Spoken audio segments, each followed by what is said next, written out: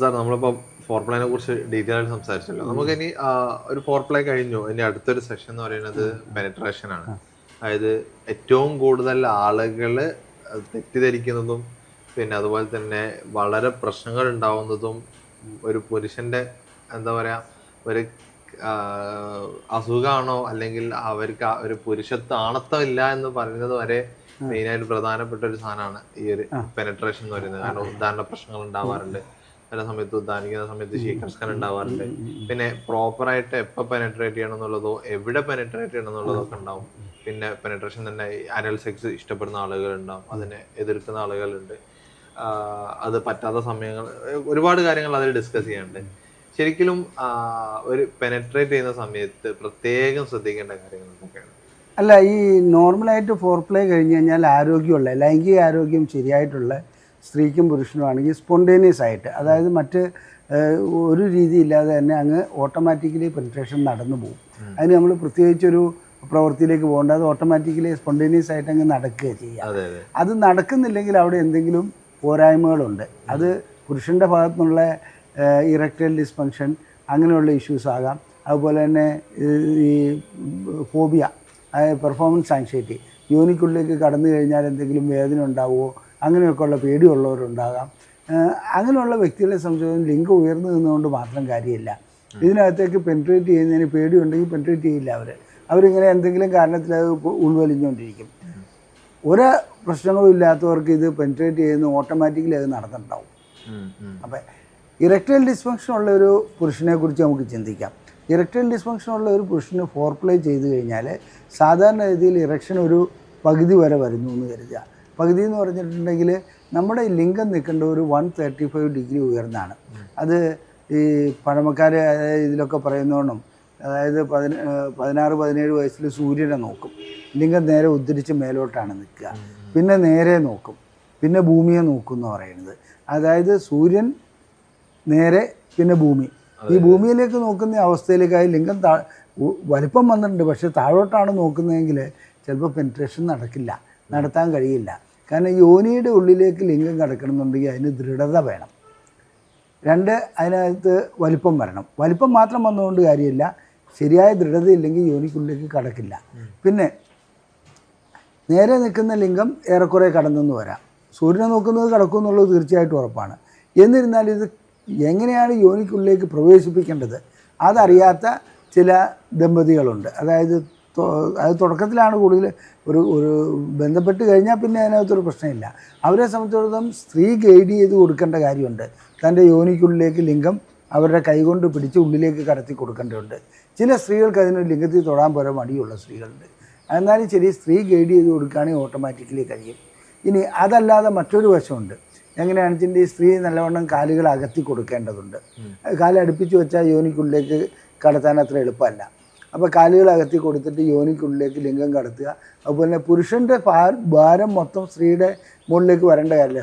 പുരുഷൻ കൈ കുത്തിക്കൊണ്ട് സ്ത്രീയുടെ യോനിക്കുള്ളിലേക്ക് കടത്തുമ്പോൾ സ്ത്രീക്ക് എത്ര കനം കൂടിയ പുരുഷനാണെങ്കിലും ശരി, എത്ര കനം കുറഞ്ഞ സ്ത്രീ ആണെങ്കിലും ശരി, ലൈംഗിക ബന്ധത്തിൽ ഏർപ്പെടാൻ കഴിയും.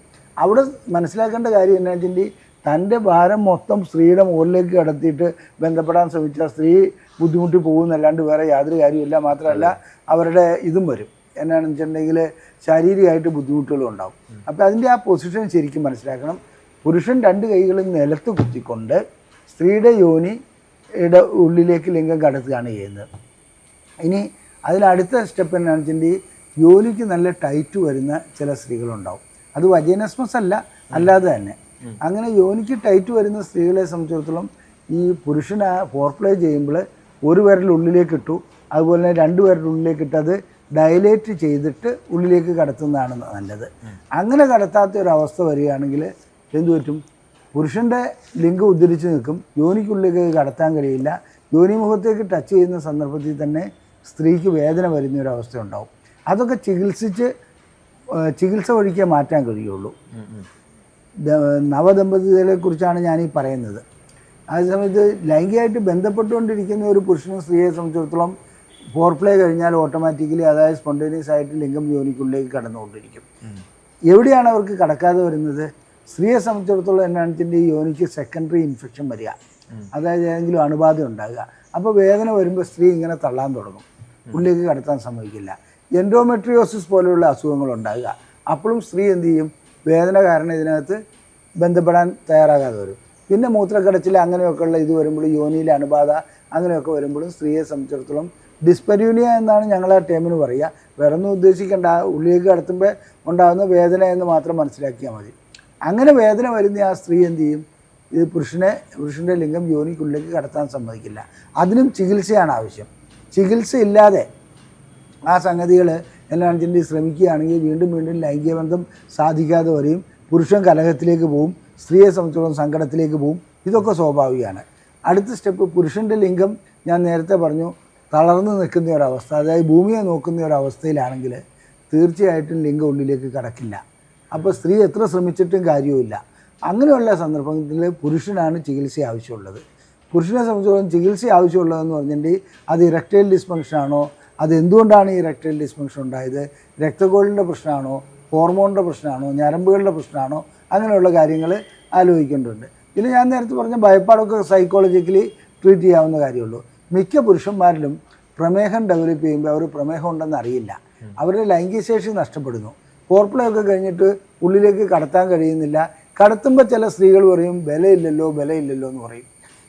ആ ബലമില്ലല്ലോ എന്നുള്ളത് കേൾക്കുമ്പോൾ പുരുഷൻ വീണ്ടും വ്യാധി വരികയാണ്, അതായത് അയ്യോ എന്നുള്ളൊരിത് വരികയാണ്. അപ്പോൾ പുരുഷനെ സംബന്ധിച്ചിടത്തോളം വീണ്ടും ഉള്ള ബലവും കൂടെ ഇല്ലാണ്ടാവും. ഇത്തരം കാര്യങ്ങളിൽ തുടക്കത്തിൽ ചികിത്സ നടത്തിയിട്ട് എന്തുകൊണ്ടാണ് ഈ ഇറക്ടൈൽ ഡിസ്ഫങ്ഷൻ വന്നിട്ടുള്ളത്, അതായത് രക്തക്കോളിൻ്റെ പ്രശ്നമാണോ, ഹോർമോണിൻ്റെ പ്രശ്നമാണോ, ഞരമ്പിൻ്റെ പ്രശ്നമാണോ, ഇനി ഹാർട്ടിനെ സംബന്ധിക്കുന്നോ, പ്രോസ്റ്റേറ്റോ, കിഡ്നിയോ, അങ്ങനെ എന്തെങ്കിലും പ്രശ്നമാണോ എന്നുള്ളത് നോക്കി കണ്ടുപിടിക്കണം. അതിന് ശേഷം അതിനുള്ള ചികിത്സകളിലേക്ക് പോകണം. അപ്പോൾ നമ്മൾ പുതിയതായിട്ടൊരു രോഗം കണ്ടുപിടിക്കുക ചെയ്യുന്നത്. അതെ അതെ അതെ. ഇപ്പൊ അതില് നമ്മളിപ്പോ എനിക്ക് തോന്നുന്നു ഒരുപാട് കാര്യങ്ങളായി ഡിസ്കസ് ചെയ്യാണ്ട്. ഇപ്പം ആളുകളെ കൺസേൺ ആണ് അതിന്റെ നീളം, വണ്ണം, ഇത്തരം പ്രശ്നങ്ങൾ. അതുപോലെ തന്നെ ഇപ്പം ഉദാഹരണ പ്രശ്നം, ശീഘ്രസ്ഖലനം, പിന്നെ ലിംഗത്തിനുണ്ടാവുന്ന വളവ്, പിന്നെ സ്ത്രീകൾക്ക് തന്നെ ഉണ്ടാവുന്ന പിന്നെ പെനിട്രേറ്റ് ചെയ്യുന്ന സമയത്ത് ഉണ്ടാവുന്ന അബ്നോർമൽ ആയിട്ടുള്ള വേദനകൾ, പിന്നെ വെജനിസ്മെസ് സാറ് പറഞ്ഞു, പിന്നെ ഈ അനൽ സെക്സുകൾ, അത്തരം കാര്യങ്ങളുണ്ട്. പിന്നെ പലപ്പോഴും ചില പെനട്രേഷന് പകരം സ്ത്രീകൾ അവരെ ഒരു മാസ്റ്റർബേഷൻ രൂപത്തിലായിട്ട് പറയുന്നത് തന്നെയാണ് സെക്സ് ടോയ്സ് യൂസ് ചെയ്യുന്നത്, വൈബ്രേറ്റർ യൂസ് ചെയ്യുന്നത്, അല്ലെങ്കിൽ ഡിൽഡോ പോലെ, അല്ലെങ്കിൽ അതിന്റെ അത്തരം സാധനങ്ങളൊക്കെ യൂസ് ചെയ്യുന്ന സാധനങ്ങളൊക്കെ പലപ്പോഴും പറയാറുണ്ട്. ഇപ്പം ശരിക്കും ഒരു സ്ത്രീയെ തൃപ്തിപ്പെടുത്താൻ ശരിക്കും പുരുഷന് എത്ര ലെങ്ത് വേണം ലിംഗത്തിന്? അല്ല, ഇത് ഒരു തെറ്റിദ്ധാരണയാണ്. അതിൻ്റെ കാരണം എന്താണെന്ന് വെച്ചിട്ടുണ്ടെങ്കിൽ സാധാരണ രീതിയിലൊരു 2.5 ഇഞ്ച് 6 സെൻറ്റിമീറ്റർ നീളം, 6.5 സെൻറ്റിമീറ്റർ നീളം ഉണ്ടെങ്കിൽ പുരുഷൻ്റെ ലിംഗം ജി പോയിന്റ് ടച്ച് ചെയ്യും. ആ സ്ത്രീയെ സംബന്ധിച്ചിടത്തോളം രതിമൂർച്ച ഉണ്ടാവും, ഒരു സംശയമില്ല അക്കാര്യത്തിൽ. പിന്നെ ഇന്നത്തെ സ്ത്രീകളും പുരുഷന്മാരും ഒക്കെ ബ്ലൂ ഫിലിമൊക്കെ കണ്ടിട്ട് അതിൽ കാണുന്നവണ്ണം ഇത്രയും നീളം വേണം, വണ്ണം വേണം എന്നൊക്കെ സങ്കല്പിക്കുന്നത് തെറ്റാണ്. അങ്ങനെ സങ്കല്പിക്കുന്നതോടെ അവരെ സങ്കല്പം ആ രീതിയിൽ പോയി കഴിഞ്ഞാൽ ആ രീതിയിലേ മൈൻഡ് വർക്ക് ചെയ്യുള്ളൂ. അപ്പോൾ എന്നാ വെച്ചിട്ടുണ്ടെങ്കിൽ ഇതിന് നീളം പോരാന്നുള്ളൊരു കൺസെപ്റ്റോടുകൂടി വന്നു കഴിഞ്ഞാൽ സ്ത്രീക്ക് ഒരിക്കലും തൃപ്തി ഉണ്ടാകാൻ പോകില്ല. അതിന് തീരുമാനിച്ചു കഴിഞ്ഞു ഇതിന് നീളം പോരാന്നുള്ളത്. വാസ്തവത്തിൽ നീളം അത് മതി, ലൈംഗികമായിട്ട് ബന്ധപ്പെടുകയാണെങ്കിൽ അവർക്ക് വേണ്ട രീതിയിലുള്ള സുഖം ലഭിക്കും. പിന്നെ മൈക്രോ പെന്നീസ് എന്ന് പറയുന്ന ചില അവസ്ഥ ചില പുരുഷന്മാരിലുണ്ട്. അവർക്കത് ചികിത്സിച്ച് മാറ്റാൻ നിവൃത്തിയില്ല. അത് വലിയൊരു കാര്യം തന്നെയാണ്. ഇനി അടുത്ത സ്റ്റെപ്പ്, മൈക്രോ പെന്നീസ് അവിടെ നിൽക്കട്ടെ. ഈ നേരത്തെ ചോദിച്ച ലിംഗത്തിന് വളവ് വരുന്നത് ഈ പ്രമേഹമുള്ളവരിൽ, അതുപോലെ തന്നെ സ്ത്രീ മുകളിൽ കിടന്ന് ലൈംഗികമായിട്ട് ബന്ധപ്പെടുമ്പോൾ ലിംഗത്തിൻ്റെ ഉള്ളിൽ ചിലപ്പോൾ ക്ഷതം ഉണ്ടാകാം, വളരെ ആഞ്ഞടിക്കുകയാണെങ്കിൽ. അങ്ങനെ ക്ഷതം വരികയാണെങ്കിൽ അവിടെ ചിലപ്പോൾ കല്ലിപ്പ് വരും. അങ്ങനെ വരുമ്പോൾ ആ ഭാഗത്തേക്ക് ലിംഗം വളയും. വളഞ്ഞു കഴിഞ്ഞാൽ ലിംഗം വേണ്ടത്ര രീതിയിൽ യോനിക്കുള്ളിലേക്ക് കടത്താൻ കഴിയാത്ത അവസ്ഥ വരും. എന്നിരുന്നാലും ഒരുമാതിരിപ്പെട്ട സാധാരണ വളവുകൾ എല്ലാം ഉണ്ടെങ്കിലും എന്താണ്, ഇതിനകത്തേക്ക് ലിംഗം യോനിക്കുള്ളിൽ കടത്താൻ പറ്റുന്ന വളവാണെങ്കിൽ അത് കടത്തി ബന്ധപ്പെടുന്നത് തന്നെയാണ് നല്ലത്. അതുകൊണ്ട് ദോഷമൊന്നും ഉണ്ടാവില്ല. ഇപ്പോ നോർമൽ ഇപ്പോ ഒരു കേരളത്തിലല്ല നമ്മളെ ഇന്ത്യനെ സംബന്ധിച്ചിടത്തോളം പല ആളുകൾക്കും ഇപ്പോൾ ആഫ്രിക്ക ഇന്ത്യയായിട്ട് ഒരിക്കലും കമ്പയർ ചെയ്യാൻ പറ്റില്ല. കാരണം ലിംഗത്തിന് നല്ല തന്നെ അതിന്റെ സൈസിൽ ഡിഫറൻസ് ഉണ്ട്. ഒരു ആവറേജ് ആയിട്ടുള്ള ഒരു ഇന്ത്യൻ വംശജന് എത്ര സെന്റിമീറ്റർ വരെ നമ്മളെ ലിംഗം വലിപ്പം വെക്കും? അല്ല, അതിൽ ആവറേജ് ആയിട്ടുള്ള ഇന്ത്യൻ സ്റ്റാൻഡേർഡ് നമുക്ക് പറയാൻ കഴിയില്ല. അതിൻ്റെ കാരണം വെച്ചിട്ട് ഇന്ത്യൻ സ്റ്റാൻഡേർഡിൽ പഞ്ചാബും കേരളവുമായിട്ട് ഒരിക്കലും കമ്പയർ ചെയ്യാൻ പറ്റില്ല. അപ്പോൾ ഇന്ത്യൻ സ്റ്റാൻഡേർഡ് എന്നുള്ളത് ഏഷ്യൻ സ്റ്റാൻഡേർഡ് അതിലൊരു 10-12 സെന്റിമീറ്റർ ആണ് നമുക്ക് അതിനകത്ത് പറയേണ്ടത് നീളത്തിന്റെ. ഇപ്പൊ ഇന്ത്യ ഒഴിവാക്കാം, നമുക്ക് ഇപ്പൊ കേരളത്തിൽ ഒരാൾക്ക് ഒരു 12 സെന്റിമീറ്ററോടാണ് ഞങ്ങൾക്ക് കിട്ടിയിരിക്കുന്ന ആവറേജ്. 12 സെന്റിമീറ്റർ നീളം ഉണ്ടാകാറുണ്ട് സാധാരണ ഇതിൽ ലിംഗത്തിന്. ലിംഗത്തിന്റെ വണ്ണം ഇതിന് ഭയങ്കരമായിട്ട് ഇമ്പോർട്ടന്റ്. ചില ആളുകളുടെ വളരെ തിന്നായിരിക്കും, ചില ആളുകളുടെ ഭയങ്കര കട്ടിയുള്ളതായിരിക്കും. അങ്ങനെ എന്തെങ്കിലും കാര്യങ്ങളുണ്ടോ? യോനിക്ക് വണ്ണമായിട്ട് വലിയ ബന്ധമൊന്നുമില്ല. അതായത് എന്താ കാരണം വെച്ചാൽ ഈ യോനിക്ക് എത്രത്തോളം ചുരുങ്ങാനും കഴിയും, എത്രത്തോളം വികസിക്കാനും കഴിയും. പക്ഷേ എന്താ വെച്ചാൽ ഈ വണ്ണം ഒരു അഴകാണ്. അത് ലിംഗത്തിന് നല്ല വണ്ണം ഉണ്ടെങ്കിൽ അത് കാണാനൊരു അഴകുണ്ട്. അത് നേരത്തെ പറഞ്ഞ ആ കൺസെപ്റ്റിലേക്ക് പോകും. അത് വണ്ണമുള്ളപ്പോൾ അവർക്കൊരു മാനസികമായിട്ടുള്ള ഇപ്പോൾ ഒരു സ്ത്രീയുടെ സ്ഥലങ്ങൾ ചെറുതായാലും വലുതായാലും കുട്ടിക്ക് പാൽ കൊടുക്കാൻ അതുപോലെ. അപ്പോൾ പിന്നെ എന്താണ് സ്ത്രീയുടെ സ്ഥലങ്ങൾ അല്പം മാരുടെ അല്പം തുടുത്തൊക്കെ നിൽക്കുമ്പോൾ ഒരു പുരുഷനെ സംബന്ധിച്ച് ആസ്വാദനം ഉണ്ടാവും. ആ ആസ്വാദനം തന്നെ ഇവിടെ ഉണ്ടാകുന്നുണ്ട്. അത്രേ ഉള്ളൂ അതിൻ്റെ കാര്യം. ഓക്കെ, ഇപ്പോൾ സാറ് നേരത്തെ പറഞ്ഞല്ലോ പിന്നെ ലിംഗം നല്ലപോലെ പെനിട്രേറ്റ് ചെയ്യുക, അതാണ് ഏറ്റവും കൂടുതൽ അവർക്ക് പുരുഷനെ സംബന്ധിച്ചോളം ഭയങ്കര ഹാപ്പിനെസ് ഉള്ള കാര്യമാണ്. പക്ഷെ ചില ആളുകൾക്ക് ഉണ്ടാവുന്ന ഒരു പ്രശ്നമാണ് ബന്ധപ്പെട്ടുകൊണ്ടിരിക്കുന്ന സമയത്ത് ലിംഗം തളർന്നു പോകുന്നത്. നല്ലപോലെ പെനിട്രേറ്റ് ചെയ്യാൻ പറ്റി, അത് ക്ലൈമാക്സിൽ എത്തുന്നതിന് മുമ്പ് തളർന്നു പോകുന്നത്. അത് രണ്ട് രീതിയിൽ വരാം. ഒന്ന് മാനസികമായിട്ടുള്ള പ്രശ്നങ്ങൾ എന്ന് പറഞ്ഞാൽ ഇപ്പോൾ ബിസിനസ്സിൻ്റെ കാര്യമോ വേറെ എന്തെങ്കിലും ഒരു കാര്യം ചിന്തിക്കുകയാണെങ്കിലോ അല്ലെങ്കിൽ പുറത്തുനിന്നുള്ള എന്തെങ്കിലും ശബ്ദം കേൾക്കുകയാണെങ്കിലോ ഏതെങ്കിലും ഒരു ആ രീതിയിലുള്ള ഇതുണ്ടാകുകയാണെങ്കിൽ പെട്ടെന്ന് ലിംഗം തളർന്നു പോകും. അത് വലിയൊരു കാര്യമുള്ളതല്ല. അത് എന്നാ വെച്ചാൽ അതിന് പ്രത്യേകിച്ച് ചികിത്സയൊന്നും ആവശ്യമില്ല. ആ ചിന്താഗതികളിലൊക്കെ മാറ്റം വരുത്തിയെടുക്കേണ്ടേ ഉള്ളൂ. മറ്റേ പ്രശ്നം എന്താണെന്ന് വെച്ചിട്ടുണ്ടെങ്കിൽ ബന്ധപ്പെട്ടുകൊണ്ടിരിക്കുമ്പോൾ ലിംഗം തളർന്നു പോകുന്നത് 3-4 കാരണങ്ങൾ കൊണ്ടുണ്ടാവാം. ഒന്ന് എന്താണെന്ന് വെച്ചിട്ടുണ്ടെങ്കിൽ നല്ല രീതിയിൽ ബന്ധപ്പെട്ടുകൊണ്ടിരിക്കുന്നു, അതിനിടയ്ക്ക് വെച്ച് തളർന്നു. പ്രമേഹ രോഗത്തിൻ്റെ ആരംഭമാകാം, ഹൃദ്രോഗത്തിൻ്റെ ആരംഭമാകാം, അതുപോലെ തന്നെ ശേഷിക്കുറവ് ആരംഭിക്കുന്നു എന്നുള്ളതിൻ്റെ സൂചനയാകാം.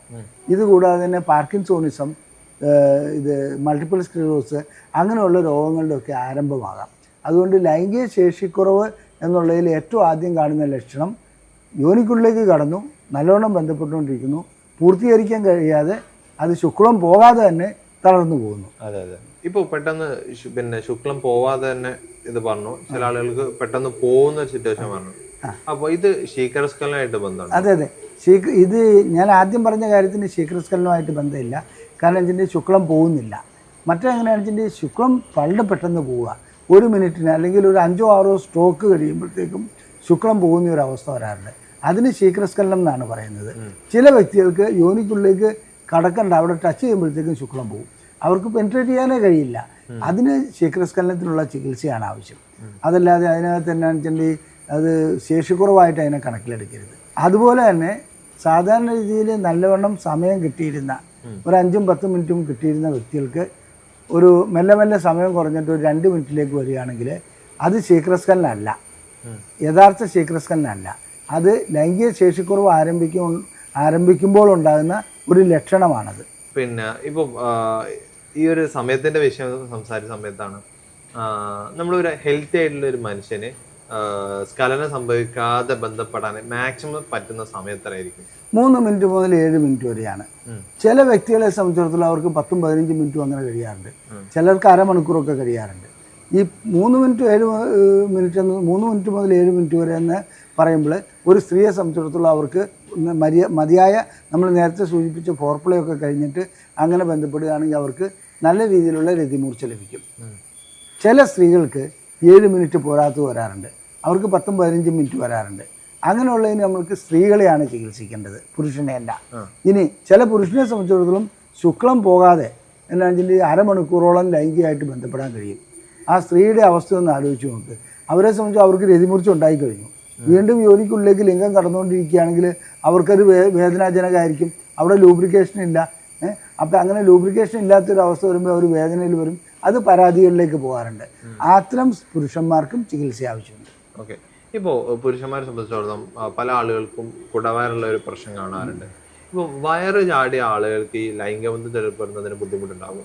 ഞാൻ നേരത്തെ സൂചിപ്പിച്ചല്ലോ, അതായത് സ്ത്രീ മലർന്ന് കിടന്നിട്ട് പുരുഷൻ കൈ കുത്തിക്കൊണ്ടാണ് ബന്ധപ്പെടുന്നതെങ്കിൽ സാധാരണ രീതിയിൽ കുഴപ്പമില്ല. പിന്നെ വയറിൻ്റെ കപ്പാസിറ്റി അങ്ങ് കൂടിക്കൂടി വരികയാണെങ്കിൽ ബന്ധപ്പെടാൻ നല്ല ബുദ്ധിമുട്ടുണ്ടാവും. അതും അഡ്ജസ്റ്റ് ചെയ്ത് പോകാവുന്നേ ഉള്ളൂ. അവർക്ക് മറ്റ് പൊസിഷനിലേക്ക് ഡോഗി പൊസിഷൻ അങ്ങനെയുള്ള വുമൺ ഓൺ ടോപ്പ് പൊസിഷൻ അങ്ങനെയൊക്കെയുള്ള കാര്യങ്ങളിലേക്ക് പോകാം. പക്ഷേ എന്തായാലും ശരി, ഈ വയറ് കൂടിക്കൂടി വരുന്നു എന്ന് പറഞ്ഞാൽ അസുഖങ്ങൾ ആരംഭിക്കുന്നു എന്നാണ് അർത്ഥം.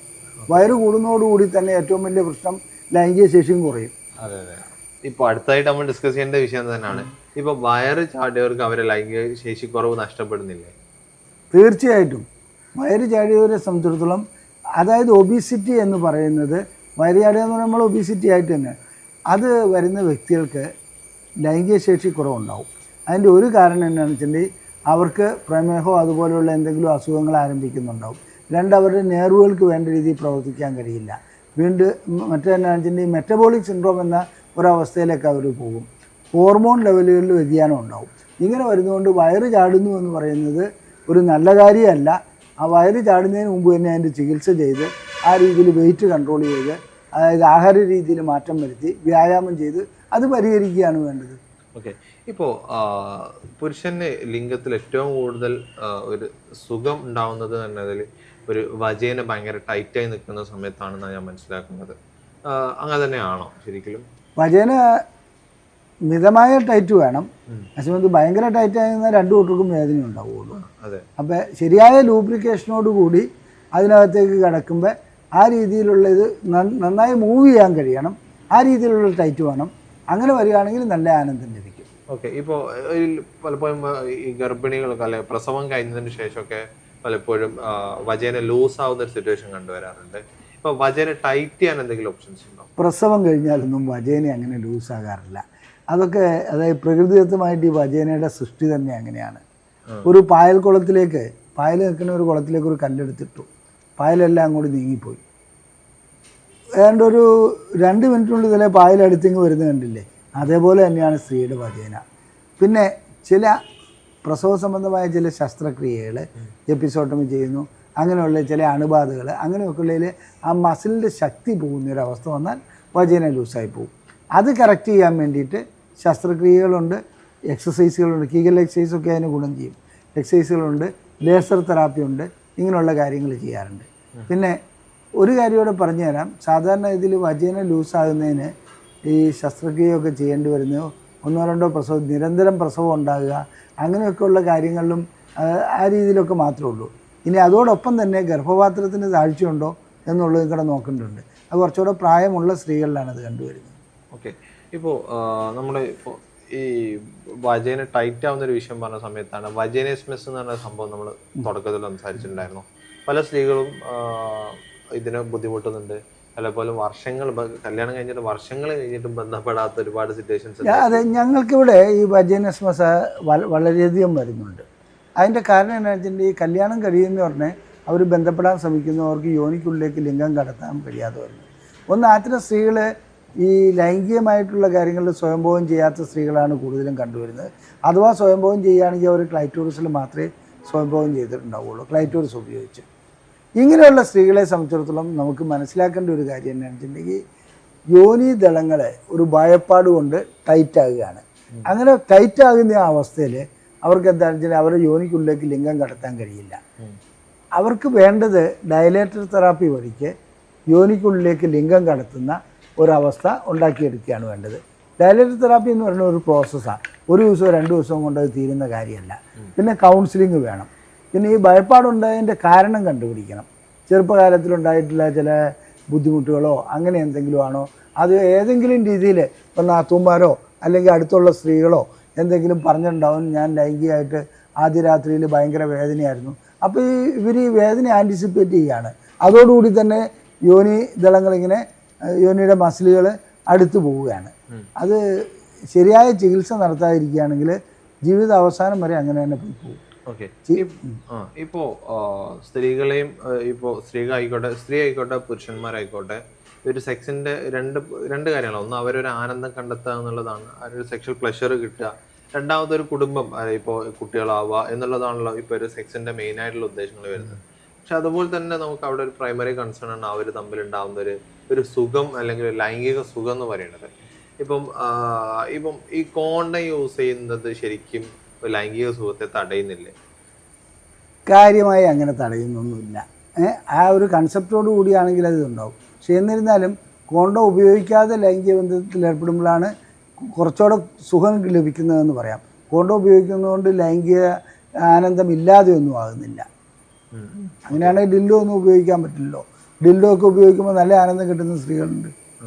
ഓക്കെ. അല്ല ഇപ്പൊ പുരുഷനെ സംബന്ധിച്ചിടത്തോളം അവർക്ക് കുറച്ചും കൂടെ സ്കിൻ ടു സ്കിൻ ആയിരിക്കും കുറച്ചും ബെറ്റർ ആവുക. അല്ല, ഈ ഒരു കൺസെപ്റ്റ് എല്ലാവരും പറയുന്നുണ്ടെങ്കിലും പ്രാക്ടിക്കൽ സെൻസിൽ അതിന് അത്ര വലിയ പ്രാധാന്യമൊന്നുമില്ല. ഓക്കെ. ഇപ്പം ഈ കോണ്ടം യൂസ് ചെയ്തിട്ട് സെക്സ് ചെയ്യുന്നതിന് എന്തെങ്കിലും ഗുണങ്ങളുണ്ടോ? ലൈംഗിക രോഗങ്ങൾ പടരാതിരിക്കും. പിന്നെ എന്നാണെന്ന് വെച്ചിട്ടുണ്ടെങ്കിൽ കുട്ടികളുണ്ടാകുന്നതിനൊരു സന്താന നിയന്ത്രണത്തിൽ അതിന് കാര്യമുണ്ട്. അതല്ലാതെ വേറെ പ്രത്യേകിച്ച് ഗുണങ്ങളൊന്നുമില്ല. ഇതൊക്കെ ഒരു ആർട്ടിഫിഷ്യൽ സാധനമല്ലേ, നാച്ചുറലായിട്ട് കൊണ്ടല്ലോ നമ്മൾ ജനിച്ചു വീഴുന്നത്. അതെ അതെ. അതില് ഇപ്പം നേരത്തെ എനിക്ക് തോന്നുന്നു നമ്മൾക്ക് ഈ ഡിസ്കഷനിൽ എവിടെയെങ്കിലുമൊക്കെ ആയിട്ട് നമ്മൾ മെയിൻ ആയിട്ട് ഡിസ്കസ് ചെയ്യേണ്ട ഒരു സാധനമാണ് ഇപ്പൊ കേരളത്തിൽ അവിഹിത ബന്ധം ഒരുപാട് കൂടി വരുന്നുണ്ട്. ശരിക്കും എന്തുകൊണ്ടാണ് ഇത്ര കൂടുതൽ അവിഹിതം വരാനുള്ള കാരണം? അതിന് നമ്മളെ സെക്സുമായിട്ട് റിലേറ്റ് ചെയ്യാൻ പറ്റുമോ? എൻ്റെ കൺസെപ്റ്റ് വേറെ എന്താണ്, വിഹിത ബന്ധം അവിഹിത ബന്ധം എന്നുള്ളത് ദൈവം നമ്മളെല്ലാവരും സൃഷ്ടിച്ചപ്പോൾ ലൈംഗികമായിട്ട് ബന്ധപ്പെടാൻ വേണ്ടി തന്നെയാണ് സൃഷ്ടിച്ചിരിക്കുന്നത്. ഒരാൾക്കൊരു ഭാര്യ എന്നുള്ളതൊക്കെ മതപരമായ കൺസെപ്റ്റാണ്, അല്ലെങ്കിൽ ഒരാൾക്ക് 2 ഭാര്യ അങ്ങനെയുള്ള കാര്യത്തിൽ. അപ്പോൾ വിഹിത ബന്ധം ഏതാണ് അവിഹിത ബന്ധം വേണമെന്ന് ചോദിച്ചാൽ നിയമങ്ങൾ വഴിക്ക് നമുക്കത് പറയാൻ പറ്റുള്ളൂ. അപ്പോൾ ജന്തുക്കളിലേക്ക് പോവുകയാണെങ്കിലും ചില ജന്തുക്കളിൽ ഏക ഭാര്യ ഏക ഭർത്ത അങ്ങനെയുണ്ട്, മോണോഗമിയുണ്ട്. മനുഷ്യൻ്റെ കാര്യത്തിൽ മാനസികമായിട്ട് മോണോഗമിയെ അനുകൂലിക്കുന്നവരല്ല സ്ത്രീയും പുരുഷനും. അവർക്കെല്ലാവരുമായിട്ട് ലൈംഗിക ബന്ധത്തിൽ ഏർപ്പെടുന്ന ആഗ്രഹമുള്ളവരാണ് ഭൂരിപക്ഷവും. പക്ഷേ സമൂഹത്തിൻ്റെ സുരക്ഷിതത്വത്തിന് വിവാഹം ആവശ്യമാണ്, വ്യക്തിയുടെ ഒരു ആവശ്യമല്ല അത്, സമൂഹത്തിൻ്റെ സുരക്ഷിതത്വം മാത്രമാണ്. അപ്പോൾ ഒരു വ്യക്തിയെ സംബന്ധിച്ചിടത്തോളം ഇങ്ങനെ നേരത്തെ സൂചിപ്പിച്ച അവിഹിത ബന്ധം എന്ന് പറയുന്ന ഒരു സംഗതി ഉണ്ടായിക്കൊണ്ടേയിരിക്കും. കാരണം നമ്മുടെ നാച്ചുറൽ അതാണ്. അപ്പോൾ നമുക്ക് എന്തുകൊണ്ടാണ് അത് കൺട്രോൾ ചെയ്യേണ്ട കാര്യം? സമൂഹം നിലനിൽക്കണമെന്നുണ്ടെങ്കിൽ, സമൂഹത്തിൽ അച്ചടക്കവും കാര്യങ്ങളും വേണമെന്നുണ്ടെങ്കിൽ അവിഹിത ബന്ധം ഉണ്ടാകാതിരിക്കുന്നതാണ് നല്ലത്. അപ്പോൾ ഇത് എന്തുകൊണ്ടുണ്ടാകുന്നതെന്ന് ചോദിച്ചാൽ ഇൻ്റർനെറ്റിൻ്റെ വരവ്, കുടുംബ ബന്ധങ്ങളുടെ പ്രാധാന്യമില്ലായ്മ എന്ന് പറഞ്ഞിട്ട് ഇപ്പോൾ ഒരു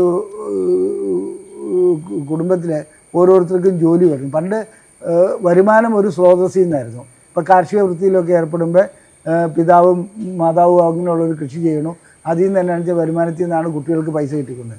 ഇന്ന് കുട്ടികളെ സംബന്ധിച്ചിടത്തോളം അത്തരം പ്രശ്നമൊന്നും 4 റീൽ ഇറക്കിയാൽ അവർക്ക് ആവശ്യത്തിന് പൈസ കിട്ടും. അപ്പോൾ അങ്ങനെ ഒരു ഈ വെസ്റ്റേൺ കൾച്ചറിലേക്ക് നമ്മൾ പോയിക്കൊണ്ടിരിക്കുകയാണെന്നുള്ള നല്ലതാണെന്ന് ഞാൻ പറയില്ല, ഏതായാലും വാസ്തവം അതാണ്. പിന്നെയുള്ള പ്രശ്നം എന്താണെന്ന് വെച്ചിട്ടുണ്ടെങ്കിൽ ഇതിനകത്ത് എത്തിക്സ് എന്ന് പറയുന്നതിൻ്റെ ഒരു ഘടന മാറിപ്പോയിക്കൊണ്ടിരിക്കുന്നുണ്ട്. ഈ ലിവിങ് ടുഗദർ ഇതൊക്കെ അതിൻ്റെ ഒരു ഭാഗം തന്നെയാണ്. ഇപ്പോൾ ലിവിങ് ടുഗദർ എന്ന് പറഞ്ഞിട്ടുണ്ടെങ്കിൽ അത് ശരിക്കും പറഞ്ഞാൽ അവിഹിത ബന്ധം തന്നെയല്ലേ? വിഹിത ബന്ധം നമുക്ക് പറയാൻ പറ്റുമോ? ഒരിക്കലില്ല.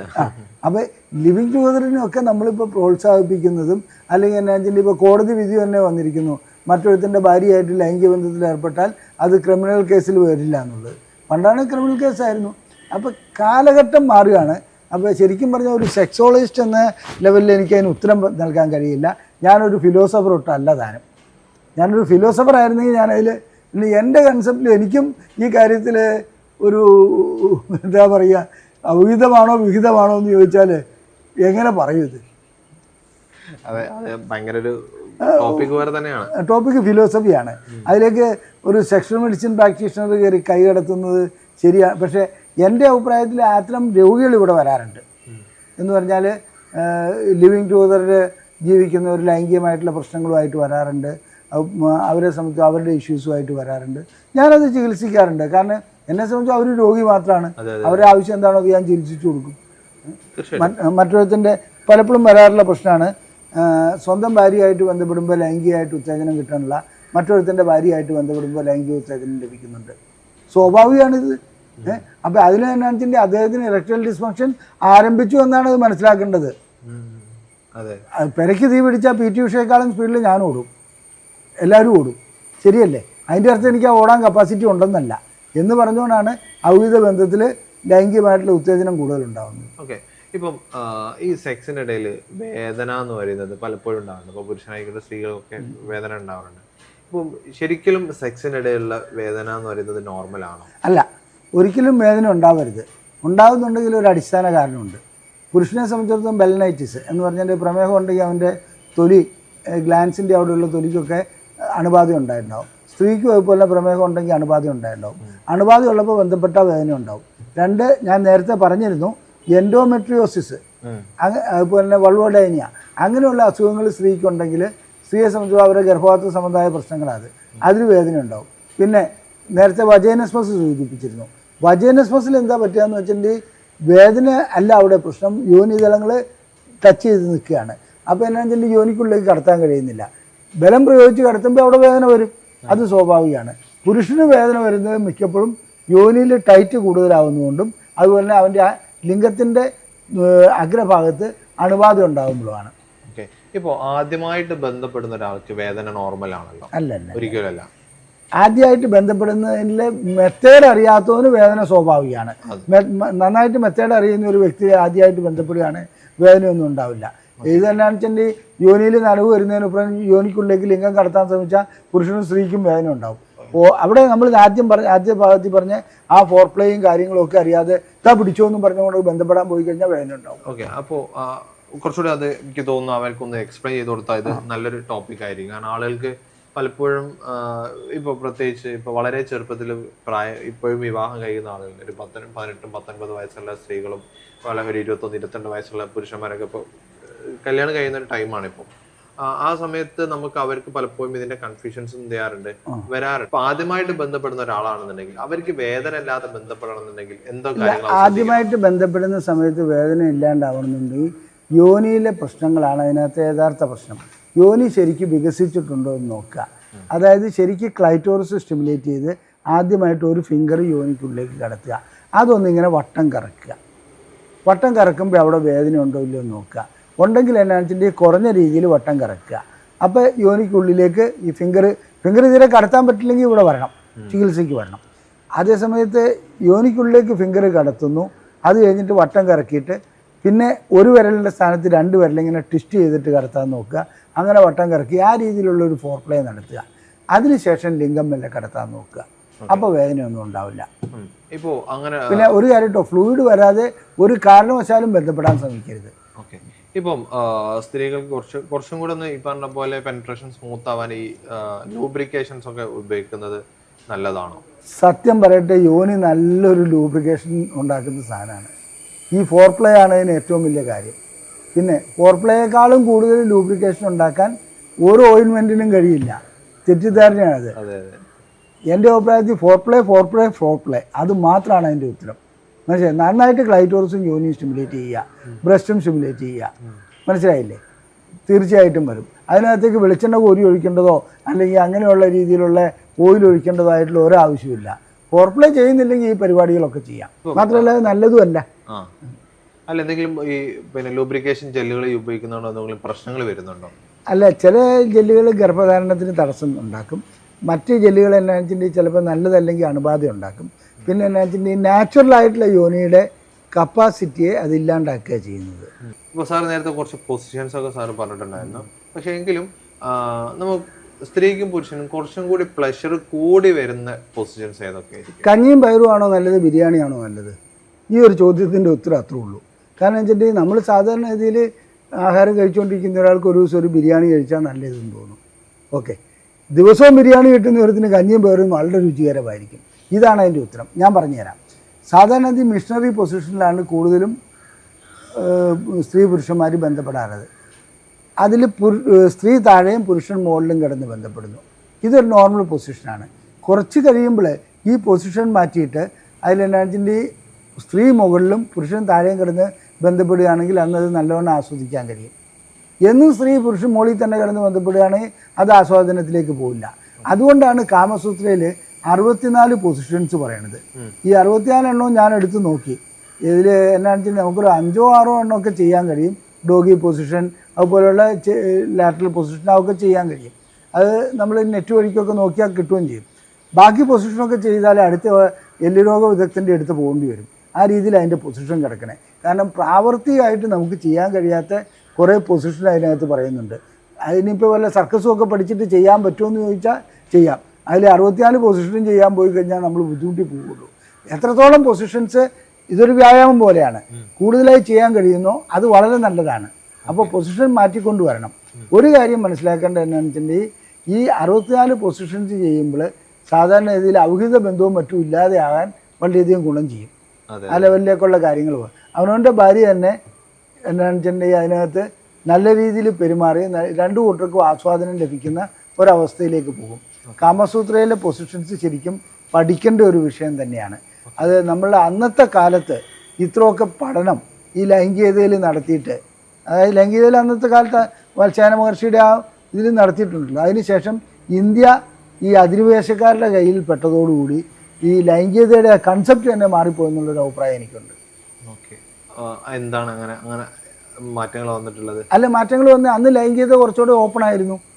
പിന്നീട് വിക്ടോറിയൻ കാലഘട്ടം വന്നപ്പോൾ എന്നാണെന്ന് ലൈംഗികതയെക്കുറിച്ച് സെക്സ് എന്നുള്ളതിന് SC കഴിഞ്ഞാൽ പിന്നെ X ഇടാൻ പറ്റാത്ത അവസ്ഥ വന്നിരുന്നു ബ്രിട്ടീഷ് ഭരണകാലത്ത്. പിന്നെ അതിനുശേഷം ഇപ്പോൾ അത് മാറി വന്നുകൊണ്ടിരിക്കുകയാണ്, ഓപ്പൺ ആയിട്ട് വന്നുകൊണ്ടിരിക്കുകയാണ്. നമ്മുടെ ഞാനൊക്കെ എനിക്കിപ്പോൾ 70 വയസ്സാവുന്നു. ഞാനൊക്കെ സ്കൂളിൽ പഠിക്കുമ്പോൾ സെക്സിനെ കുറിച്ച് ഒരു കാര്യം പറയാനേ പറ്റില്ല. അങ്ങനെ എന്തെങ്കിലും ഉണ്ടായ ചീത്ത കുട്ടി എന്നുള്ളൊരു പേരിൽ ഞാൻ അറിയപ്പെടുക. മാത്രമല്ല ചിലപ്പോൾ ഹെഡ് മാസ്റ്റർ എന്ന് 2 അടിയും കിട്ടും. ഇതായിരുന്നു അവസ്ഥ. ഇന്ന് ഒരു സെക്ഷൽ എഡ്യൂക്കേഷൻ എല്ലാ സ്കൂളിലും ആവശ്യമുള്ള ഒരു കാര്യമാണ്. അതെന്തിനാണെന്ന് വെച്ചിട്ടുണ്ടെങ്കിൽ ആ രീതി അതിൽക്കിടെയാണ് ഈ ലൈംഗികമായിട്ടുള്ള അതിക്രമങ്ങൾ ഇല്ലാതാക്കാൻ കഴിയുക. എൻ്റെ ഒരു അഭിപ്രായമാണ്. പിന്നെ എന്താണെന്ന് വെച്ചിട്ടുണ്ടെങ്കിൽ നമ്മളുടെ ആ കൺസെപ്റ്റ് തന്നെ ഇപ്പോൾ മതം, സംസ്കാരം ഇതൊക്കെ നമ്മളെ വല്ലാതെ വേട്ടയാടുന്നുണ്ട്. ആ ലെവലിൽ എന്താണെന്ന് വെച്ചിട്ടുണ്ടെങ്കിൽ മതപരമായ കാഴ്ചപ്പാടിൽ നിന്നുകൊണ്ട് തന്നെ ചില ലൈംഗികമായിട്ടുള്ള ക്ലാസ്സുകൾ നൽകാൻ കഴിയും കുട്ടികൾക്ക്. അത് വളരെ നല്ലതാണെന്നുള്ള അഭിപ്രായം എനിക്ക്. ഓക്കെ, ഇപ്പോൾ സാർ ഇപ്പോൾ പൊസിഷൻസ് നല്ലത് പറഞ്ഞു, ഭയങ്കര ഡേഞ്ചർ ആണ് എന്ന് പറയുന്ന ഏതെങ്കിലും പൊസിഷൻസ് ഉണ്ടോ? ഡേഞ്ചറായിട്ടുള്ള പൊസിഷൻസ് നമുക്കതിനെ പറയാൻ പറ്റില്ല.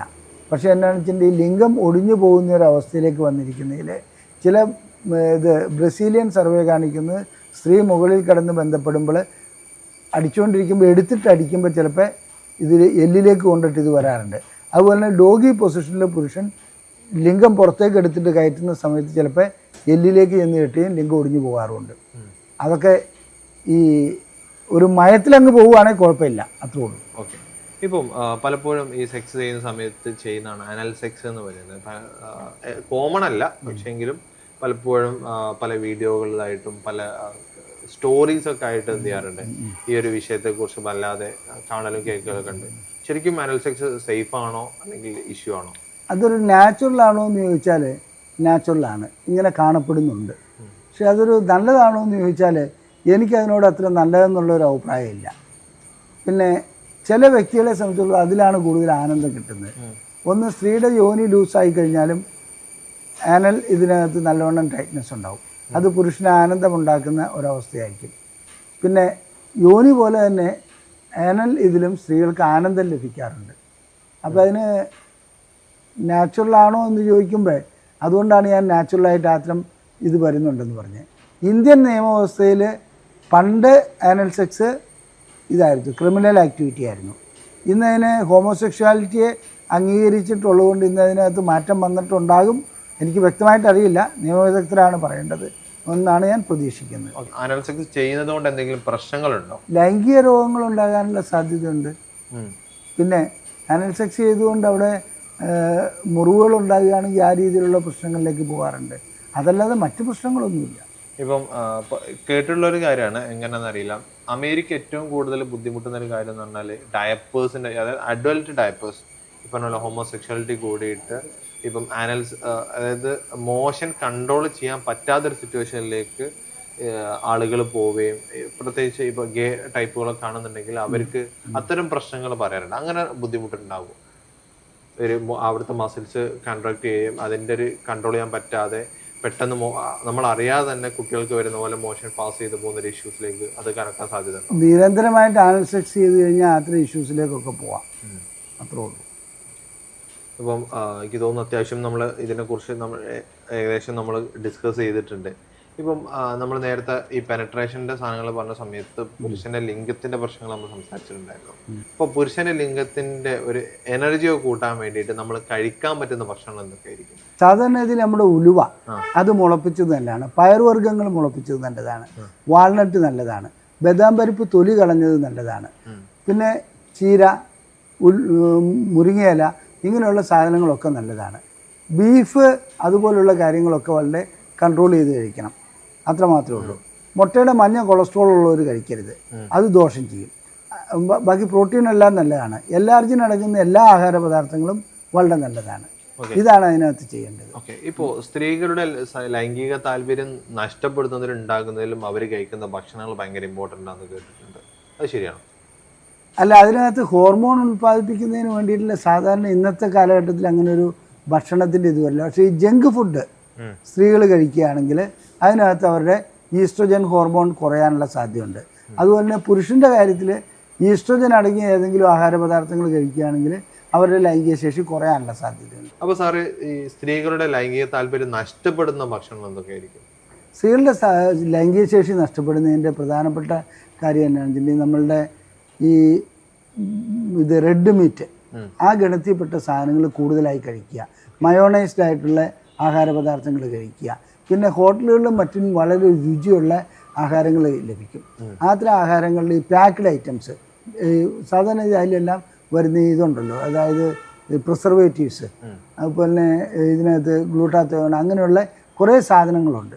അതെല്ലാം ഉപയോഗിക്കുന്ന ആ രീതിയിൽ ഉണ്ടാക്കിയിരിക്കുന്ന ആഹാര പദാർത്ഥങ്ങളെല്ലാം തന്നെ, എല്ലാ ആഹാര പദാർത്ഥങ്ങളും ആ രീതിയിൽ ഉണ്ടാക്കിയിരിക്കുന്നത് ദോഷം ചെയ്യുന്നതായിട്ടാണ് കാണുന്നത്. പിന്നെ എന്ത് ചെയ്യണമെന്ന് വെച്ചിട്ടുണ്ടെങ്കിൽ അവരെ സംബന്ധിച്ചിടത്തോളം ഇതിൻ്റെ കൂട്ടത്തിൽ നാച്ചുറലായിട്ടുള്ള, അതായത് വെണ്ടയ്ക്ക, പാവയ്ക്ക, കയ്പ്പയ്ക്ക, അതുപോലെയുള്ള നാച്ചുറലായിട്ടുള്ള ആഹാര പദാർത്ഥങ്ങൾ ഉൾപ്പെടുത്തി കഴിക്കുകയാണെങ്കിൽ അതിൻ്റെ ലെവൽ കുറയുകയാണെങ്കിൽ കുഴപ്പമില്ല. ഇതെന്നാന്ന് വെച്ചിട്ടുണ്ടെങ്കിൽ ഇപ്പോൾ നമ്മളുടെ ഒരു കൾച്ചർ മാറിപ്പോയി. നേരെ എന്നാന്ന് വെച്ചിട്ടുണ്ടെങ്കിൽ ഈ സ്വിഗ്ഗിയിലേക്ക് ഓർഡർ ചെയ്യുന്നു, ആഹാരം പറഞ്ഞു കഴിക്കുന്നു, ആ ഒരു ലൈനിലല്ലേ പോകുന്നത്. വീട്ടിലെ ആഹാരം പാകം ചെയ്യാതെ പുറത്തുനിന്ന് മാത്രമുള്ള ആഹാരം കഴിക്കുമ്പോൾ അത് നല്ല ആഹാരം അല്ലെങ്കിൽ തീർച്ചയായിട്ടും ദോഷം ചെയ്യും. ഇപ്പം നമ്മൾ ഏകദേശം അത്യാവശ്യം ഇതിൻ്റെ പെനിട്രേഷനെ കുറിച്ചുള്ള കാര്യങ്ങൾ നമ്മൾ ഡീറ്റെയിൽ ആയിട്ട് സംസാരിച്ചിട്ടുണ്ട്. എന്താണ്, എങ്ങനെയാണ്, എപ്പോഴാണ് ചെയ്യേണ്ടത് എന്നുള്ള കാര്യങ്ങളൊക്കെ നമ്മളിപ്പോൾ ഡിസ്കസ് ചെയ്തു. അപ്പോൾ ഈ പറഞ്ഞതിലൊക്കെ നിങ്ങൾക്ക് എന്തെങ്കിലും കൺഫ്യൂഷൻസോ അല്ലെങ്കിൽ സംശയങ്ങളോ ഉണ്ടെങ്കിൽ താഴെ കാണുന്ന നമ്പറിൽ കോൺടാക്ട് ചെയ്യാവുന്നതാണ്. അതുപോലെ തന്നെ നമ്മളെ കമൻ്റ് ആയിട്ട് രേഖപ്പെടുത്തുകയാണെന്നുണ്ടെങ്കിൽ അടുത്തൊരു വീഡിയോയിലേക്ക് നമ്മൾ അത് ഇൻക്ലൂഡ് ചെയ്തിട്ട് ചെയ്യാൻ പറ്റും. അപ്പോൾ കൂടുതൽ വിവരങ്ങൾ അറിയണമെന്നുണ്ടെങ്കിൽ താഴെ കാണുന്ന നമ്പറിൽ കോൺടാക്ട് ചെയ്യാം. ഡോക്ടറുടെ ഓൺലൈനായിട്ടും ഓഫ്ലൈനായിട്ടും കൺസൾട്ടേഷൻ അവൈലബിൾ ആണ്. അതിനെക്കുറിച്ച് അറിയണമെന്നുണ്ടെങ്കിൽ താഴെ കാണുന്ന നമ്പറിൽ കോൺടാക്ട് ചെയ്യാം.